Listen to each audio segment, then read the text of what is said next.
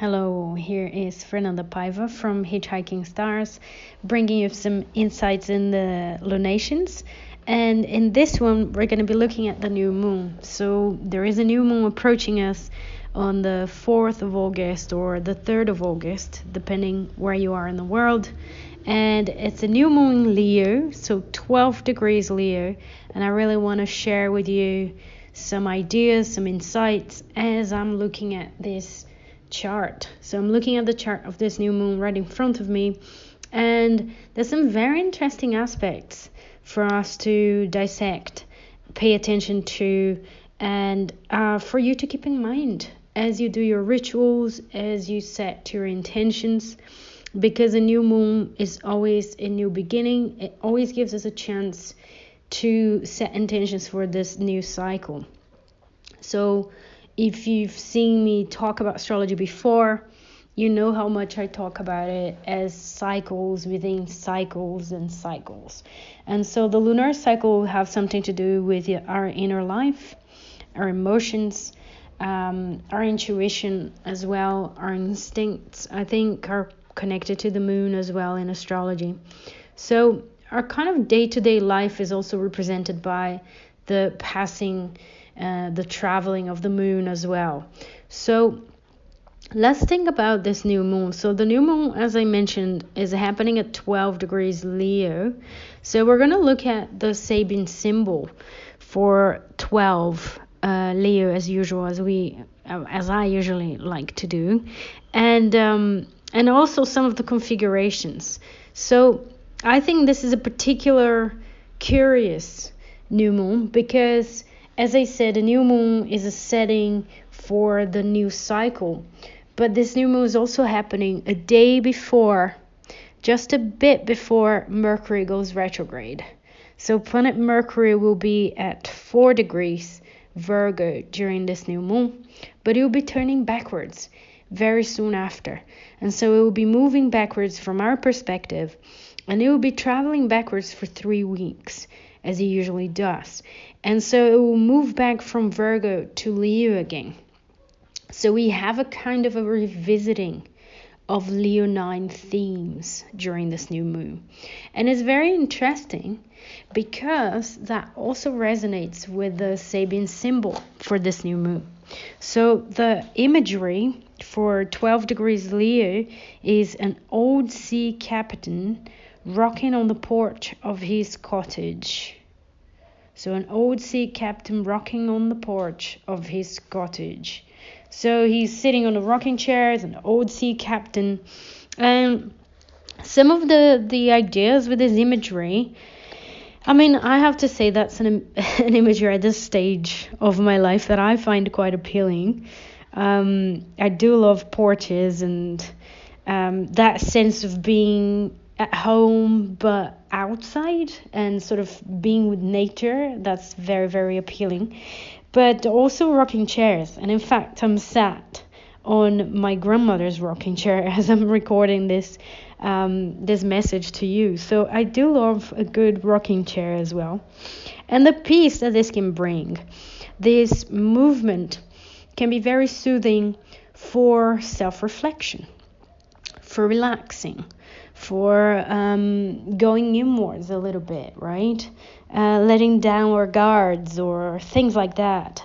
And so this imagery and this particular degree of Leo has something to do with taking our time to look back, taking our time to reflect on what we've done so far, where we've been, where we're at in our lives as well.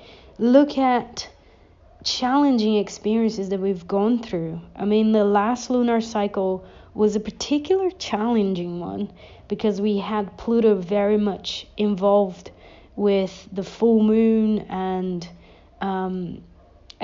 Mercury was also opposing Pluto when we had the new moon in Cancer. So there was a lot of digging deeper and getting in touch with the darker side of unconscious feelings and things that have been occupying a space in our psyches, but they're ready to be gone as well. So it's important work. It's important to recycle and regenerate. It's part of life. It's part of nature as well, but it can also be very taxing. It can also be challenging at times. So this new moon and this new lunar cycle with the moon at 12 Leo, there's an invitation there with this imagery of the old sea captain. There's an invitation to look at these challenging experiences that we've gone through and to find out who we are, to find out where we've been and where we want to go as well, to have a little bit of a reassessment. And I think this imagery is very much on point with Mercury going retrograde as well. So Mercury turning backwards at 4 degrees Virgo shortly after this new moon is kind of pointing out a little bit to that as well and saying, hey, we can rethink some things. We can reassemble, reassess, reanalyze, and really take a close look to the way we communicate, to the ideas that we have, to the ways that we think. The transition between Virgo back to Leo as well is like we started thinking about organizing our lives and thinking about our daily routines and all the things that Virgo represents, but Virgo will go back to Leo. So we've left some things unsaid, or we need to go back to some situation, to something connected to authentic self-expression. There is something about expressing ourselves authentically, which is represented by Mercury in Leo. So Mercury going back to Leo will bring us back to these happenings, to whatever it was that's happened recently that isn't quite resolved. Now, during a retrograde of Mercury is also a wonderful time to reread our journals, to rethink, to reassess our journey. And that's exactly what that degree of the new moon is inviting us to do. So there's something about reassessing that's going to be important during this cycle. Obviously, we need to think about the sign that the new moon is also happening, which is Leo. Now, Leo, traditionally, if we think about Leo, is a fixed fire sign. It has a lot to do with self-expression and creativity as well. And because it's a fire sign, the motivation is usually more extroverted. It's more about going out into the world. But I guess because it's a new moon, it has more of a downtime energy naturally because of this stage of the lunar cycle. And because of the imagery of the degree and Mercury going retrograde, there's a lot of this energy that's going to be turned inwards a little bit more. So with the sun and the moon in Leo, we're being invited to set intentions connected to our inner child, connected to our authentic selves, to our essence, to what brings us joy. What brings you joy? What puts a smile on your face? Those things are very important indeed. And even if we have gone through very serious processes and challenging and taxing situations with a strong Pluto conjoined the full moon and whatnot that's happened recently, it's really important to replenish, to nourish ourselves with play, with fun, with taking things light and taking joy seriously. Like joy is very important, and it has a survival importance there. It has a very important impact in our physical health, in our mental health, in our spiritual health as well. So this new moon in Leo could be a wonderful time to reflect on what brings us joy. How do we want to practice and to embrace these things more in our lives, to take the inner child more seriously, to give hands, with our inner child and do a little bit of that healing work there as well. And that will help us light up, in the world as well, to shine our lights in the world. I'm really thinking, the sun is the ruler of Leo, and I think our astrological sun is connected to our inner child somehow, or to the archetypal golden child. So there's something about putting our hearts into something, shining our lights, getting in touch with our vitality, and all of that very much under the spotlight with this new moon. So it's a wonderful opportunity there, but a little bit outside of the box, because Leo is usually a little bit more extroverted.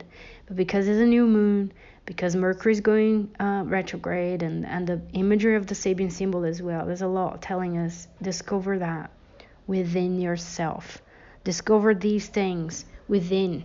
And then in the next stage, you're going to be able to bring it out into the world as well, and be a little bit more extroverted with that energy. So a very introverted kind of astrological new moon here.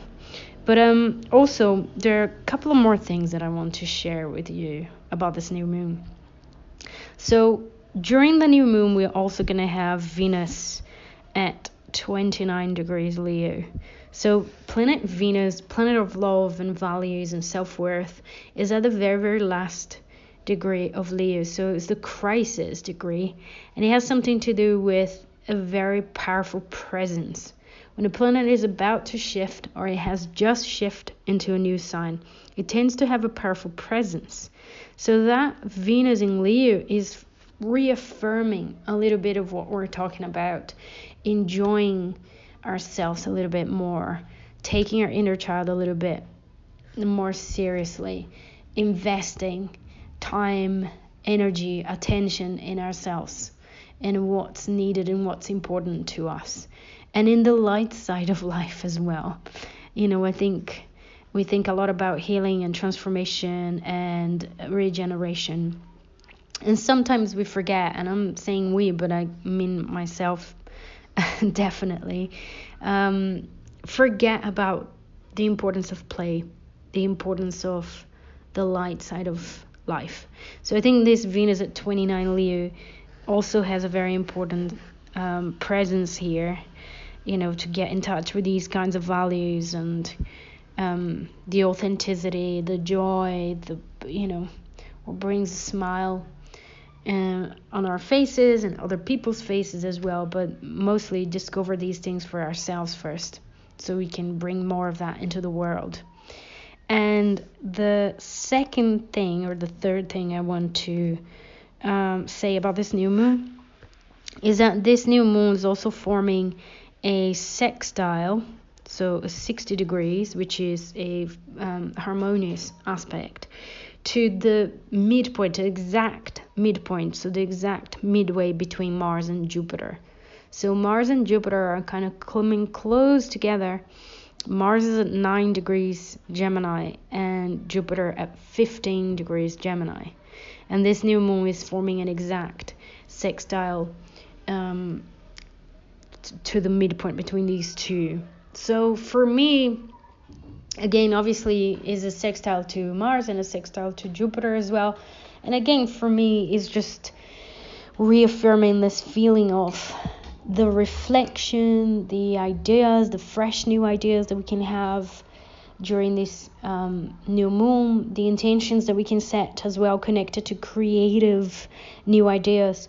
But Jupiter is a lot about growth and abundance as well. So we could change our mindset about abundance here, or set intentions about changing our abundance mindset, but also exploring new ideas, going on adventures, and lighting the passion sort of within ourselves, lighting that fire within us.